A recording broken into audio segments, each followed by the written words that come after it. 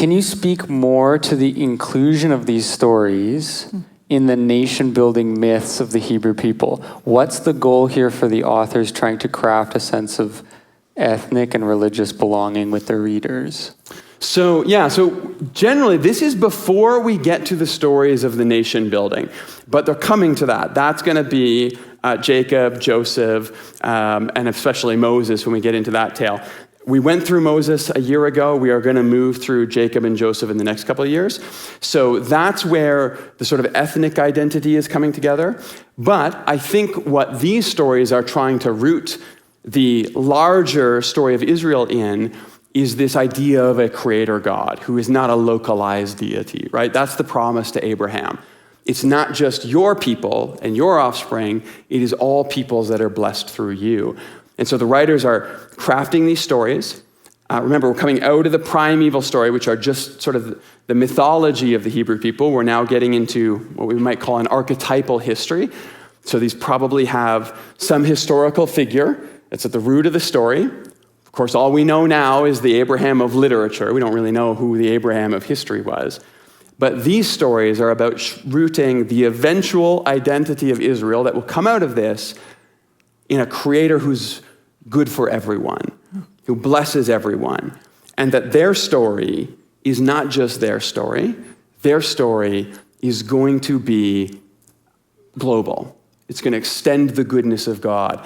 And that's a very unique thing, because all of the localized deities that are being compared to the God Yahweh in these stories are about their group, their people, their geography. Geography becomes very important for the nation of Israel, but the story is much bigger than that.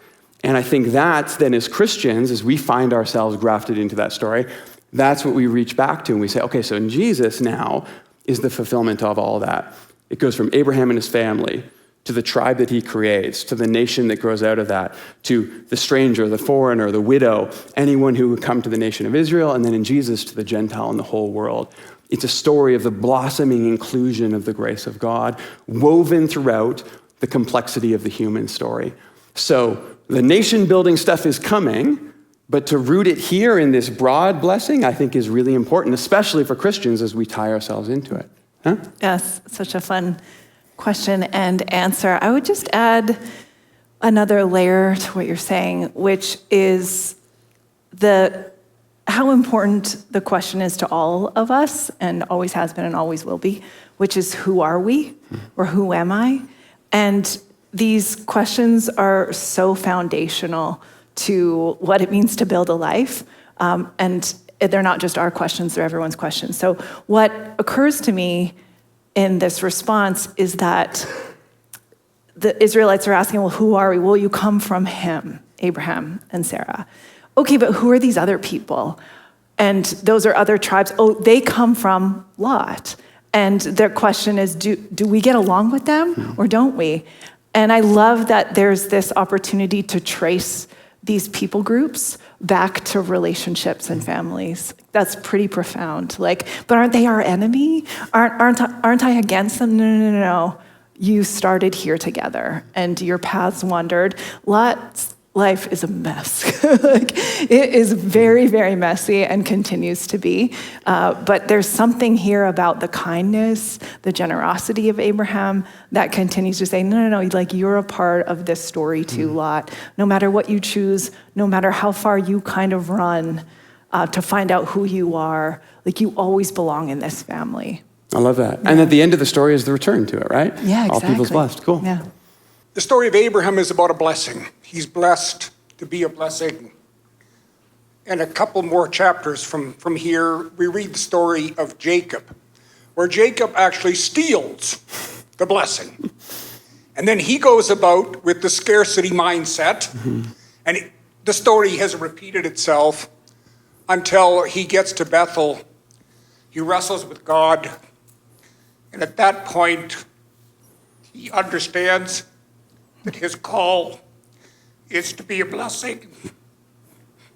So I thought I'd just bring this up and get some feedback from you folks on the similarity in the story. You spoke of Jacob and a few minutes ago. I see another profound parallel here. I think personally, I hope that yes, these are patriarchs, these are matriarchs. They are meant to be bigger than life characters in the scriptures. But hopefully there are those poignant pieces that we connect to and we say, okay, that resonates with me. That I have had struggle in my life, I've had blessing in my life. What is that for? Is that to reward me for the tough times? Or is it all of it so that I can become a blessing for someone else? I can use the resources, I can use the lessons that I have to create goodness in my wake as I move through the world. I think that's the beautiful thing about looking at Abraham, looking at Jacob, all those things. Do you resonate more with Abraham? Do you look at Jacob and like, man, I've been fighting with God my whole life. And now I recognize, okay, there's a new path forward for me. But if we can see these big, larger than life characters and we can find those little moments, we say that theme resonates with me. And we take from that and say, how do I live in a way that continues that story forward? That's all we need from the Bible. All this stuff about translation and context and stuff that I like to do, if it doesn't land in that, how am I going to be a better person? How am I going to move through the world with more grace and peace? I mean, all of our study kind of falls apart in the end anyway. So I love that. Thanks for bringing us back to that piece. I hope that's what all of us will take at the end of the story of Abraham is we move through the world and we get to do that in a way that can be good for our neighbor. Yeah, I always appreciate your sensitive soul, Hank, to the story of God and the story of God at work in our lives. And one of the things I kept wondering about today through this story is, I liked this idea and how you ran with this idea of the silence of God in the text. But I also thought, what if it isn't, it's not spelled out, but I thought, what if it's so profound it's not really something that Abram shares? What if he builds an altar and that story, God does speak, so you're probably right, maybe it was just nothing, radio silence. But I just kept thinking, what if it's one of those times that you can't even really make sense of the way that you encountered God in this quiet moment? It's not really ours to know or to share, but it is just something that we carry with us.